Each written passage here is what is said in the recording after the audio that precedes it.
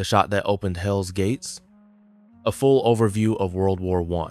On June 28, 1914, a single shot echoed in Sarajevo. Few would have guessed that it didn't just kill an archduke, it killed an entire era. In less than 5 years, the world witnessed the collapse of 4 empires that once dominated the globe, the death of over 20 million people, and the disintegration of all old values. This wasn't just a war between great powers, it was the end of the old world and the beginning of a world filled with fractures, hatred, and instability. From the corpse-filled trenches of France to the blazing fronts in the Middle East, from the frozen lines in Russia to maps redrawn with blood, World War I not only shattered monarchies but also gave birth to fascism, communism, and an era of confrontation that spanned the entire 20th century. Let's embark on a 6-chapter journey where the story unfolds before your eyes, revealing this tragic panorama, a chapter of history that must not be forgotten and must never be repeated. The global fuse, colonial thirst and imperial divisions.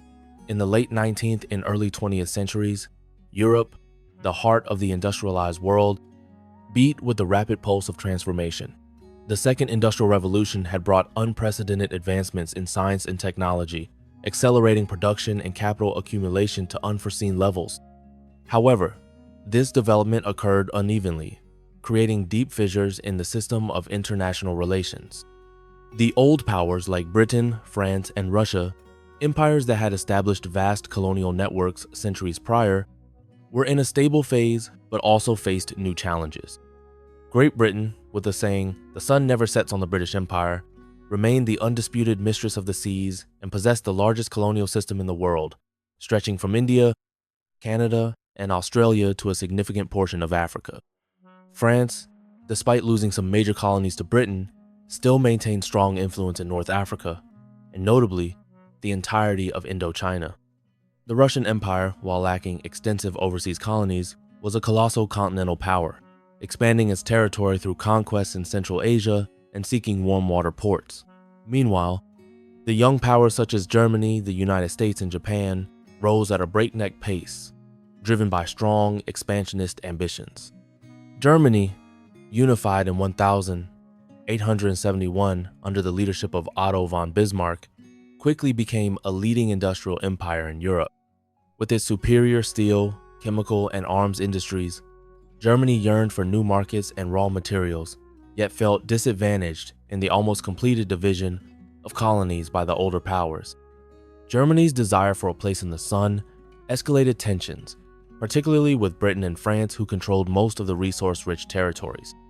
The United States, after its Civil War and rapid industrialization, also began to look outward, acquiring the Philippines, Cuba, and Puerto Rico from Spain, and asserting its role on the global economic stage. Japan, through the Meiji Restoration, rapidly modernized its military and industry, ready to compete for influence in Asia, especially with China and Russia. The contradictions between the old and young empires were not limited to economics, but also extended to military and geopolitical spheres. The arms race became more intense than ever, particularly the naval buildup rivalry between Britain and Germany. Each nation strove to increase its military might, viewing it as a tool to protect its interests and expand its influence. To counter these tensions, the great powers formed military alliances, turning Europe into a powder keg awaiting ignition. The Triple Alliance, established in 1882, included Germany, Austria-Hungary, and Italy. Germany sought to isolate France and contain Russia, while Austria-Hungary sought protection against Russia and the burgeoning Balkan states. Italy initially joined this alliance but later showed hesitation and ultimately switched sides when the war broke out. In response, a rival alliance formed, the Triple Entente, comprising France and Russia, established in 1894, later joined by Britain through the Entente Cordiale with France in 1904 and the Anglo-Russian Convention in 1907. The goal of the Entente was to contain the power of Germany and Austria-Hungary. The formation of these two opposing military blocs created a fragile balance, where a minor conflict could quickly escalate into a total war. While the focus of tension was in Europe, similar upheavals were occurring in other parts of the world, particularly in Asia. Japan, with its growing military might, began an aggressive expansionist policy.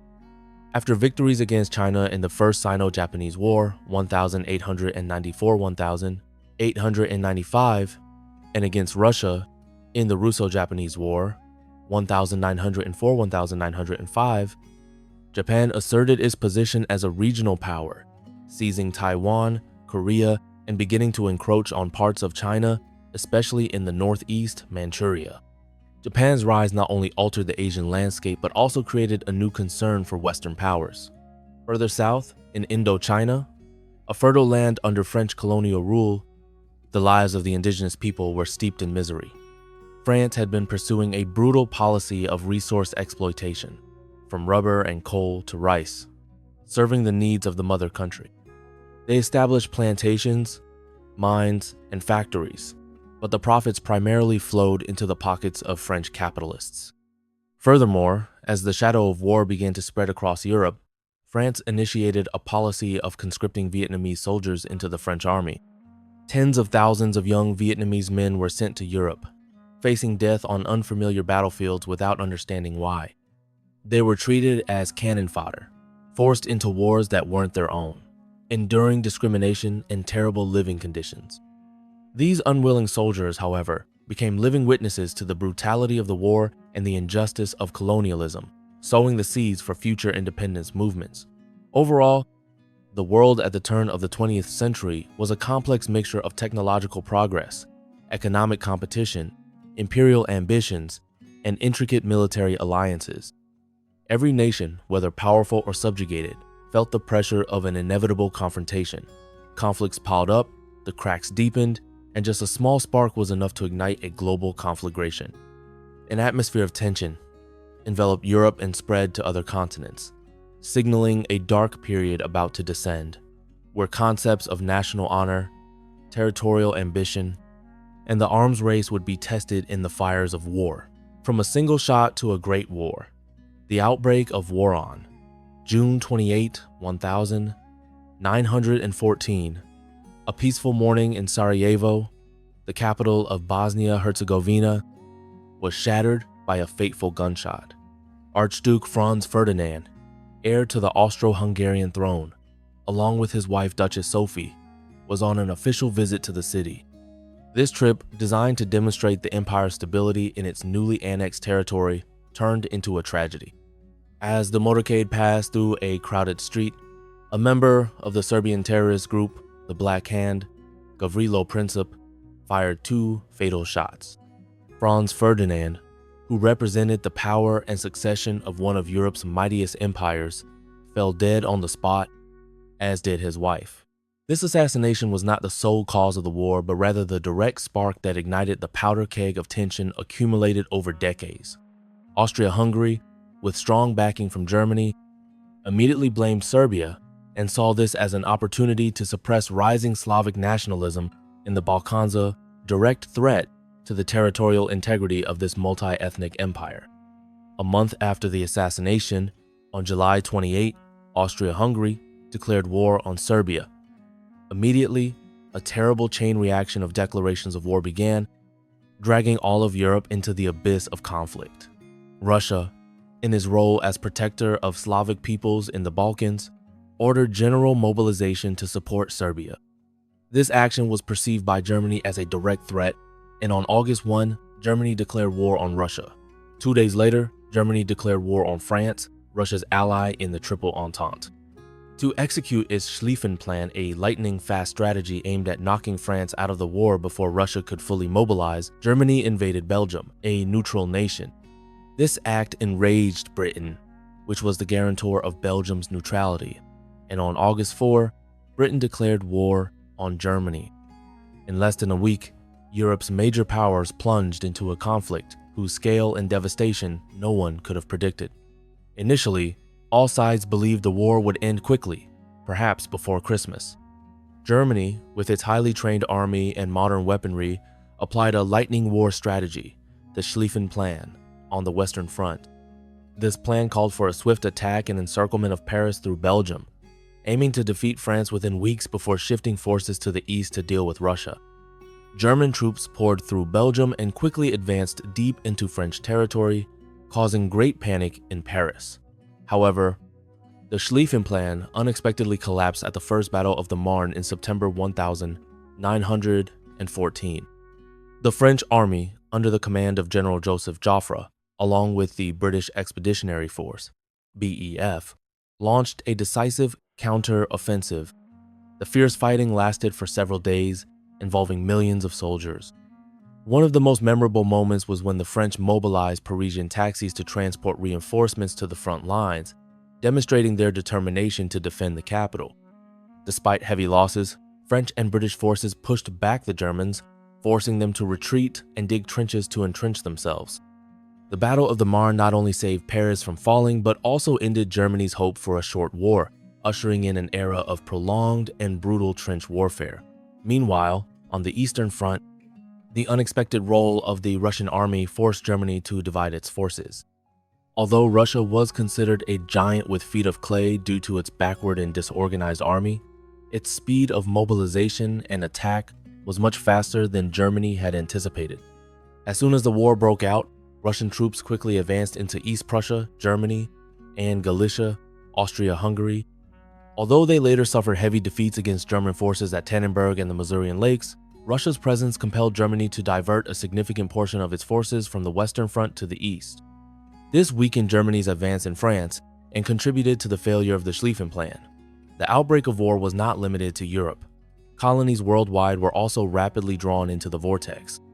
In Africa, German colonies were attacked by Britain and France. In Asia, Japan, an ally of Britain, immediately declared war on Germany and quickly occupied Germany's colonies in China and islands in the Pacific. The Ottoman Empire, with its strategic location and complex relations with European powers, was also gradually drawn into the war when it allied with Germany and Austria-Hungary in October 1914. The shift from a localized conflict to a global war occurred with dizzying speed, completely altering the world's landscape. The arms race, complex military alliances, and the imprudence of political leaders transformed a single assassination into an unprecedented bloodbath. The world entered a new era of total war, where technology was used to slaughter millions, and the daily lives of all people were completely overturned. The Shah in Sarajevo had opened the gates of hell, and no one could tell when they would close again. Trench warfare and the global picture after the failure of the Schlieffen Plan at the First Battle of the Marne, the Western Front quickly stalemated. Instead of a mobile war with lightning-fast attacks, both sides began to dig deep into the earth, creating an entrenched defensive system. From late 1914, hundreds of kilometers of continuous front lines formed, stretching from the North Sea coast in Belgium, across northern France, and ending at the Swiss border. This was trench warfare, a grim war of attrition where life and death were separated by only a thin layer of earth. The trench system was not merely a series of ditches, but a complex network of parallel defensive lines, connected by communication trenches. The first line was the front line trench, where soldiers directly faced the enemy. Behind it were support trenches, reserve trenches, and underground bunkers for shelter. Between the opposing trenches lay a desolate wasteland filled with mud, barbed wire, and corpses, known as no man's land. Every attack across this land was a suicidal mission, facing machine gun fire, artillery, and chemical gas. Living conditions in the trenches were incredibly harsh: wet, cold, filthy, infested with rats and lice. Diseases spread rapidly, and trench foot became a nightmare for soldiers. Psychological exhaustion, haunted by death and the chaos of the battlefield, gnawed at the morale of millions of soldiers. While Europe was engulfed in the fires of trench warfare, the global picture of the war also expanded to other continents. In Asia, Japan quickly seized the opportunity to expand its influence. As an ally of the Entente powers, Japan declared war on Germany and focused on eliminating Germany's presence in the Far East. In November 1914, Japan successfully occupied Jiaozhou, a crucial port in Shandong that Germany had leased from China. Along with this, the Qingdao Railway and other German concessions in China also fell into Japanese hands. Japan then issued the 21 demands to China, seeking extensive economic and political control, a shocking move that worried Western powers about Japan's hegemonic ambitions in the region. Back in Europe, while the Western Front was locked in a stalemate, Germany and Austria-Hungary concentrated significant resources to confront Russia on the Eastern Front. This front was much larger, stretching for thousands of kilometers, from the Baltic Sea to the Black Sea. The Eastern Front was a grueling struggle with large-scale offensives and counteroffensives, causing immense casualties for both sides. The Russian army, though numerically superior, suffered from a severe lack of weapons, ammunition, and logistics. They frequently endured heavy defeats against the better equipped and organized German forces, as in the Gorlice-Tarnow offensive in 1915. Nevertheless, Russia maintained significant pressure on Austria-Hungary, forcing this empire to divert forces and weakening Germany's offensive capabilities in the West. 1916 witnessed two of the most brutal and costly battles in human history, both symbols of the ferocity of trench warfare: the Battle of Verdun and the Battle of the Somme. The Battle of Verdun, which lasted from February to December 1916, was a German attempt to bleed the French army white. Commanded by General Erich von Falkenhayn, German forces relentlessly attacked the fortress of Verdun, a strategic French defensive position. For 10 months, millions of shells were fired, turning the battlefield into a moonscape wasteland. An estimated 700 soldiers from both sides were killed, wounded, or missing, with casualty rates nearly equal. Verdun brought no significant strategic advantage to Germany, but it became a symbol of the immense sacrifice and resilience of the French army. Immediately afterward, to relieve pressure on Verdun, the Entente launched another major offensive, the Battle of the Somme, beginning in July 1916. This battle was a joint Anglo-French effort to break through the German lines. The first day of the Somme, July 1, 1916, was the bloodiest day in British military history, with nearly 60 casualties in just a few hours. The Battle of the Somme lasted almost 5 months, and like Verdun, it was a horrific war of attrition. The result was millions of casualties for all three sides, Britain, France, and Germany, without achieving any significant strategic breakthrough. Hundreds of thousands of young soldiers perished in the mud of the Somme, further solidifying the image of a senseless, brutal, and never-ending war. Beyond these large-scale battles, the political and alliance landscape continued to shift. Italy, initially a member of the Triple Alliance with Germany and Austria-Hungary, switched sides and joined the Triple Entente in May 1915. This decision was largely due to territorial promises made by Britain and France, especially regarding Austro-Hungarian lands with Italian populations. Italy's entry into the war opened a new front in the Alps, forcing Austria-Hungary to divert even more forces. Conversely, Bulgaria, with territorial ambitions in the Balkans, joined the Central Powers, Germany, Austria-Hungary, Ottoman Empire, in October 1915, helping the Central Powers control the vital supply route to the Ottoman Empire and putting further pressure on Serbia and Greece. By late 1916, it was clear that the war had far surpassed all initial predictions. It was no longer a quick conflict, but a prolonged, brutal struggle on a global scale. New technologies like machine guns, heavy artillery, and chemical weapons had turned the battlefield into a slaughterhouse. The great powers were increasingly exhausted of resources and manpower, but no one was willing to back down. Trench warfare had reshaped military strategy, transforming individual bravery into enduring patience in a living hell, and sowing the seeds for even greater upheavals to come. The world stood at a historical turning point, where initial hopes for an easy victory had vanished, replaced by weariness, pessimism, and profound questions about the future. The Russian Revolution and a geopolitical turning point as the brutal trench warfare entered its third year. The situation in Russia grew increasingly dire.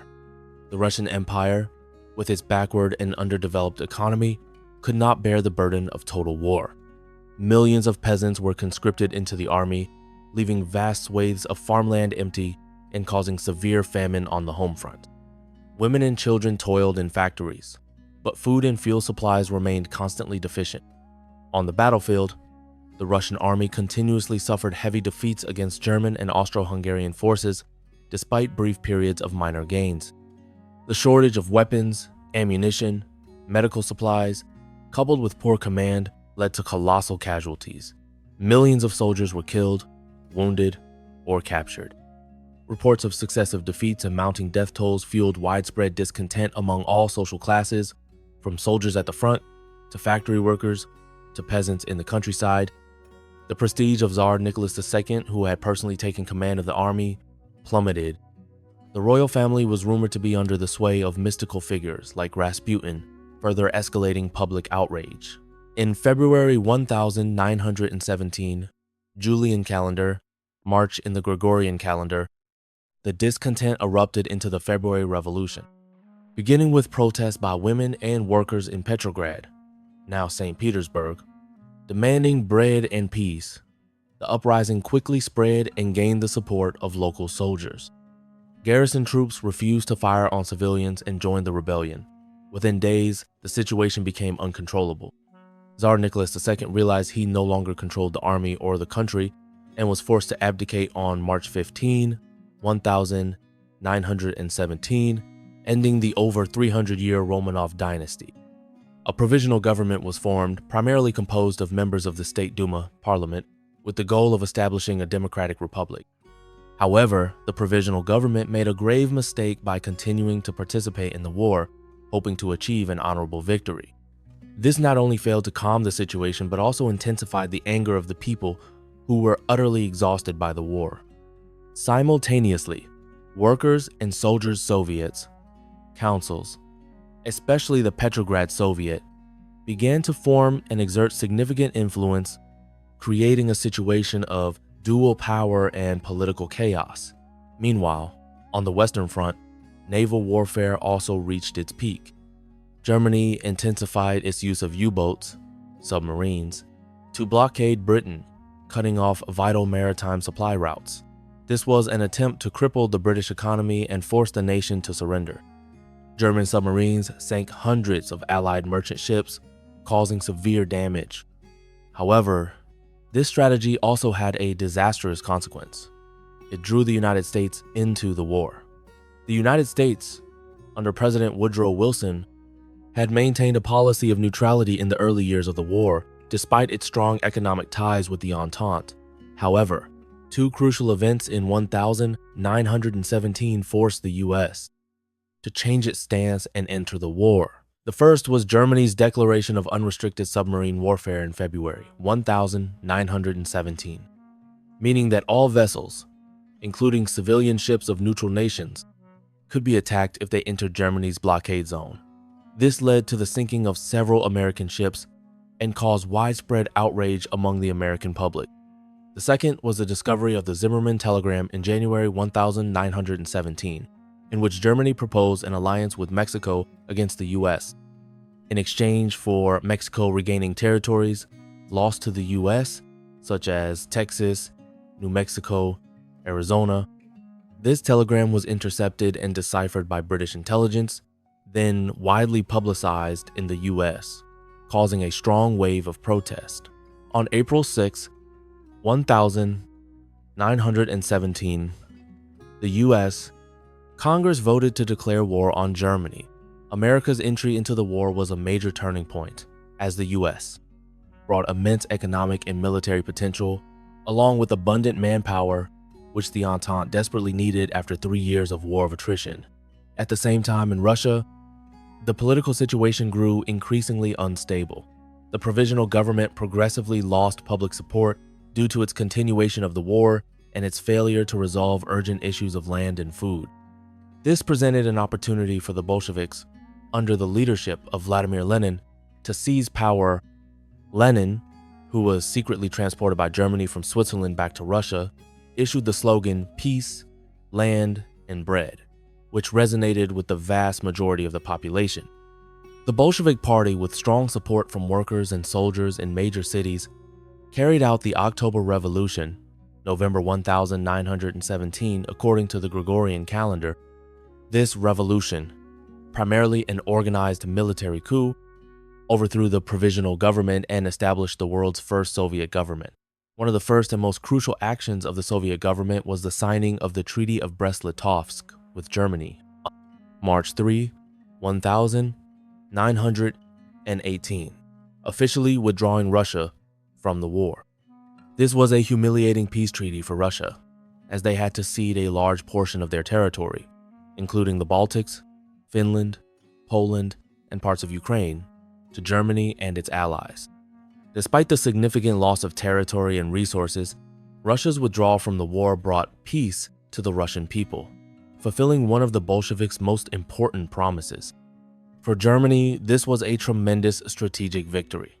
It allowed Germany to transfer millions of troops from the Eastern Front to the Western Front, creating a temporary numerical advantage and a final opportunity to win before American forces arrived in large numbers. The Russian Revolution not only changed the course of the war, but also created an unprecedented geopolitical turning point. The emergence of the Soviet government with its communist ideology divided the world into two opposing camps, sowing the seeds for the ideological confrontation that lasted throughout the 20th century, known as the Cold War. Russia's withdrawal from the war brought hope to the Central Powers, but America's entry into the war was a decisive factor, tilting the balance of power toward the Entente. The world stood on the brink of irreversible changes, with a new superpower rising from across the Atlantic and an unusual new political system emerging in the East. The fate of the war would now be decided on the final bloody battlefields of Western Europe, the knockout blows, and the surrender of empires after Russia's withdrawal from the war through the Treaty of Brest-Litovsk. Germany faced a golden, but ultimately final, opportunity to turn the tide of the conflict. With the Eastern Front stabilized, the German General Staff decided to commit all forces and resources to the Western Front. The plan was to launch a series of large-scale offensives, known as the Spring Offensive or Kaiserschlacht, beginning in March 1918. The goal was to break through British and French lines before American forces could land in large numbers and unleash their full power. Initially, the German offensive achieved significant successes, reaching several Allied positions and advancing deep into French territory. Using new stormtrooper tactics and concentrated artillery fire, German forces caused widespread panic and forced British and French troops to retreat considerably. Paris was once again threatened by German long-range artillery. However, the German advance could not be sustained. The German army was exhausted after years of war and no longer had the capacity to adequately supply its advancing units.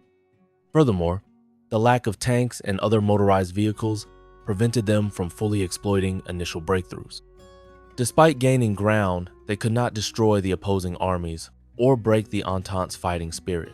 Meanwhile, American troops began to arrive in increasing numbers in France, bringing a new wave of determination and power.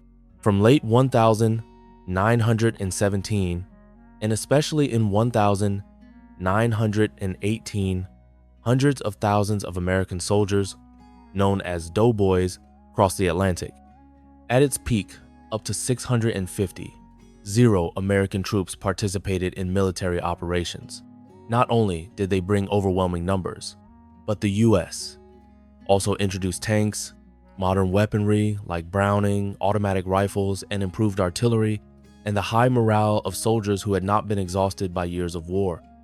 The arrival of American forces significantly shifted the balance of power, providing the manpower and equipment that the Entente desperately needed after long years of enduring losses.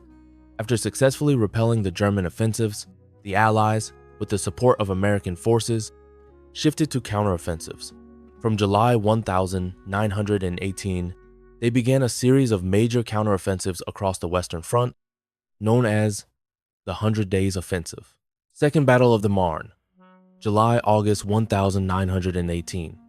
This was the first Allied counteroffensive, jointly executed by French and American forces.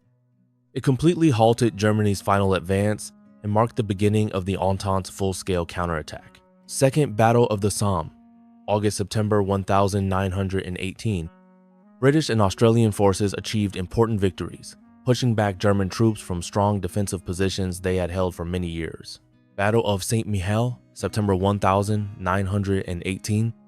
Under the command of General John J. Pershing, this was one of the first large-scale operations entirely conducted by American forces, demonstrating the combat capabilities of this new force and breaching a dangerous German salient. Meuse-Argonne Offensive, September-November 1918. This was the largest and bloodiest operation in American military history, with over 1 million U.S. soldiers participating. The offensive lasted 47 days and ultimately broke through Germany's formidable Hindenburg Line, opening the way for Allied forces to advance deep into German territory. Successive defeats on the Western Front, coupled with an increasingly chaotic internal situation, pushed Germany into an extremely difficult position. Simultaneously, Germany's allies successively surrendered, severely weakening the Central Powers' fighting capacity. Bulgaria was the first nation to surrender on September 29, 1918. After fierce attacks by Allied forces from the Macedonian front. The Ottoman Empire, Turkey, after heavy defeats in the Middle East against British and Arab forces, and with Bulgaria's surrender, cutting off communication lines with Germany, signed an armistice on October 30, 1918. The Austro-Hungarian Empire, facing internal disintegration due to surging nationalist movements and successive defeats on the Italian and Balkan fronts, signed an armistice on November 3, 1918. By the end of October, the empire had dissolved into several independent nations. The collapse of its allies left Germany completely isolated. The situation within Germany also became chaotic. The populace was exhausted by the war, suffered severe food shortages, and endured immense losses. A wave of German revolution erupted, starting with the mutiny of sailors in Kiel in late October, which then spread into widespread protests and strikes across the country. Workers and soldiers formed Soviet councils, following Russia's example. Under the pressure of the revolutionary movement and the risk of civil war, Kaiser Wilhelm II of Germany was forced to abdicate on November 9, 1918, and fled to the Netherlands. 2 days later, a provisional government of the Weimar Republic was formed and immediately sought peace. At 11:00 a.m. on November 11, 1918, in a railway car in the Compiègne forest, France German representatives signed the armistice with the Allied powers. The Great War, the war to end all wars, had finally ceased. Guns fell silent across all fronts, bringing an eerie but profound relief to an exhausted world. Germany accepted unconditional surrender, agreeing to withdraw troops from occupied territories and hand over weapons and war materials. November 11 became Armistice Day, a historical milestone marking the end of an era and the beginning of a new world.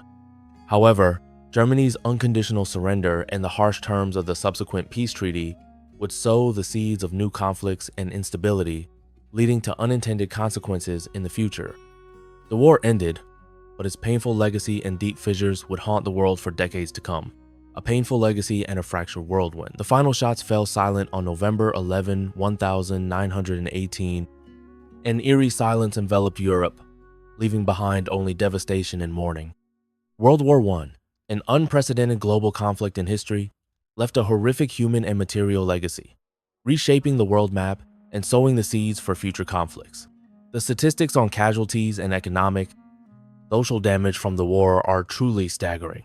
An estimated 15 to 22 million people died, including both soldiers and civilians, making it one of the largest human catastrophes in history. Millions more suffered permanent injuries, both physical and psychological. A generation of European youth was wiped out, leaving behind a lost generation with unhealable scars.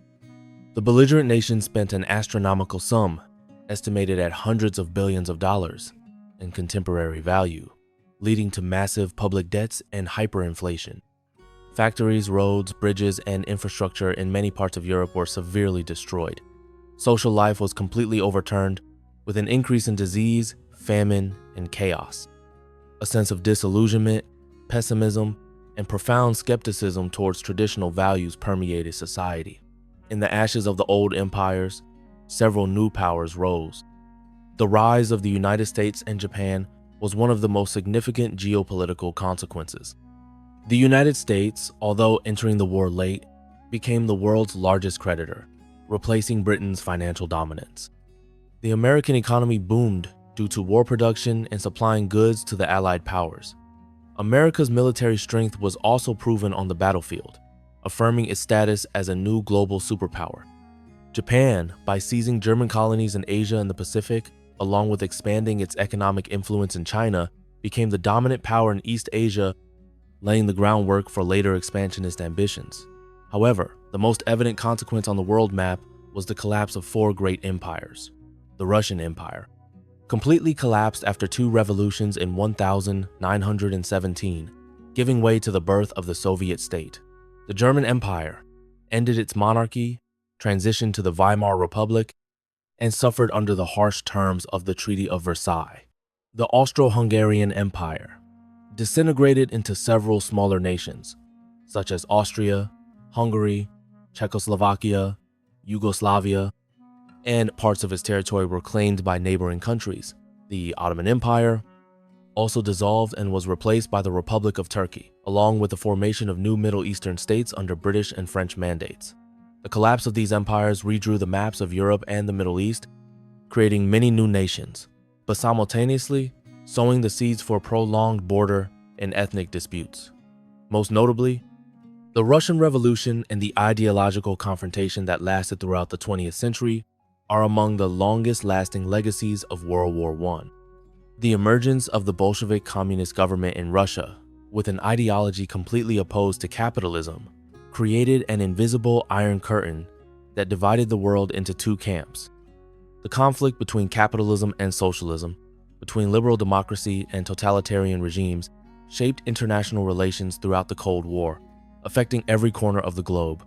Finally, the severe consequences of World War I and social-economic instability created the seeds of fascism in Germany and Italy.